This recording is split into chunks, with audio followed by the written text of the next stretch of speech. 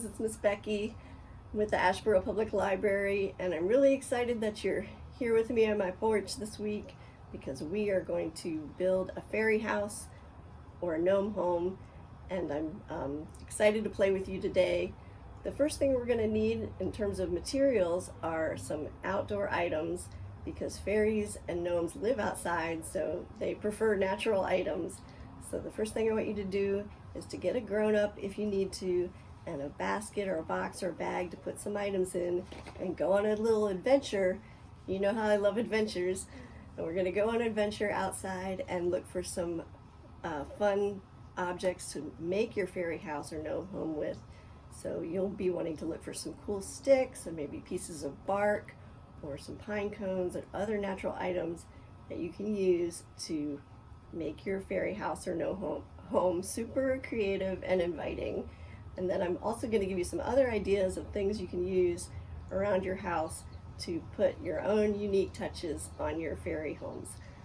Okay, so let's gather up our items, and then I will meet you back here and we'll create our little fairy house or gnome home outside. Okay, I'm back from my outdoor journey, and I've foraged to find some things that might help me build my fairy house. I've got some sticks here that didn't fit in my basket, but it's good to have maybe like a handful of larger sticks. And then I've got a pine cone here. I'm not sure what I'm going to do with that, but we'll see. I've got some leaves, some pieces of bark, some smaller sticks, and then I thought this was a cool stick. I might be able to use it to hold something up. Got some pine needles, a cool flat rock that I found. Here's another rock, more sticks, another flat rock that's nice and smooth, and bark. And not sure if you can see, but here's some little pebbles that I found, a bunch of white pebbles, and also found some little acorn caps. Some other things that might be useful for making fairy houses and gnome homes are some fabric. I thought this blue fabric kind of looked like water. Here's some felt, some more fabric, some popsicle sticks, some pieces of wood. I like this sparkly ribbon because I know that fairies and gnomes are attracted to sparkly things. Here's some more cool ribbon. And then I've just got some corks and buttons and beads and a few sticks, some wire, and some yarn. Another fun thing to play with outside are these flat glass stones. They make great little pathways for fairies, or you can outline things with them. And another cool thing for building, of course, is clay. Okay, here's an example of a fairy gnome house that I made, and yours, of course, doesn't have to look like this one. All of them will be unique, just like fairies and gnomes themselves. So this house has, it's got some, I used the pebbles to make some steps going up to it, and then I made a little door if you really want to be industrious. I took some popsicle sticks and then broke one in half and glued them in a row like that. And then I used a little button for the doorknob. And then I put some sticks around it to use as a frame for the door, and this could be like a secret entrance over here. And then I have some sticks propped up against a tree. I like to prop up my fairy houses and gnome homes up against a tree just to give it a little more stability. But you can build one anywhere. And remember, this stick is the stick with the Y in it, and it's holding together some sticks that go across to kind of make a roof shape.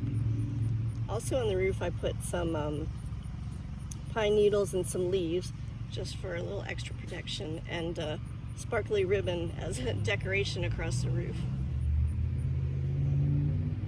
I also made, out of the pine needles, I made a little broom because it reminded me of a broom when I looked at it, and so I cut the pine needles straight across the bottom, and that way if the fairies want to sweep up a little bit, they have a little broom to do that with. So this is a little table I made. I just used some corks for stools. You could also just use some little pebbles as chairs. And this is a button, oops, that's got a little bead on it. I'm pretending it's a plate with the apple. And this acorn cap makes a great little bowl or a cup for a fairy, and I was pretending that there are oranges inside. This tabletop I made again with some popsicle sticks, and I just I wound some rubber band in between them to hold them together. You could also use string,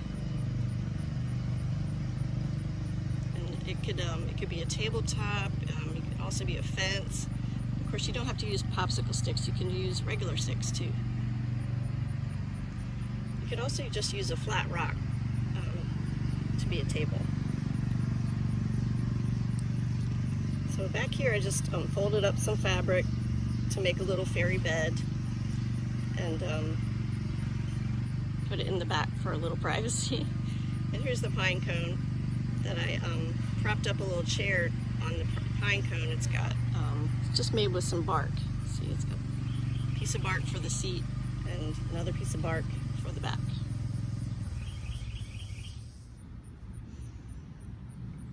Over here on this side, I made like a little pond for the fairies, and I used these little glass pebbles to outline the pond, and some blue shiny fabric that looked kind of like water, and then I used some blocks and sticks to make a bridge that go over the pond.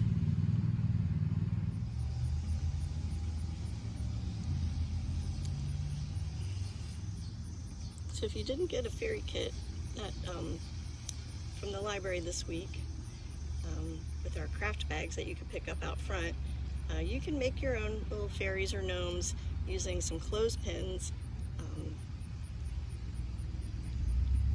like these two. I also used some silk flowers and some yarn, and took the flowers apart and put them on the fairies as clothing with some rubber bands, and used pipe cleaners for arms.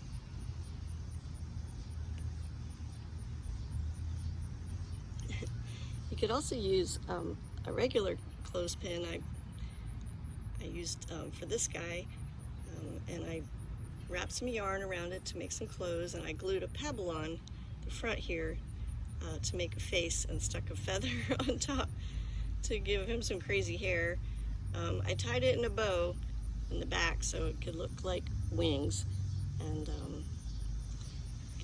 these are broken toothpicks, and he makes a good little friend that could come, fairy friend that could come visit the house. He looks like he's sleeping, so maybe I'll put him in bed. Good night.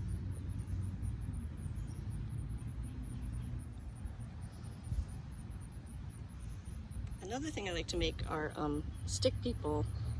You might see them out when you're foraging for your nature items. I saw this stick and it reminded me of a person walking.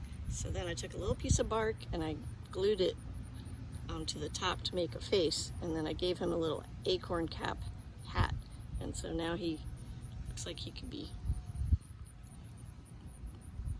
coming over to visit.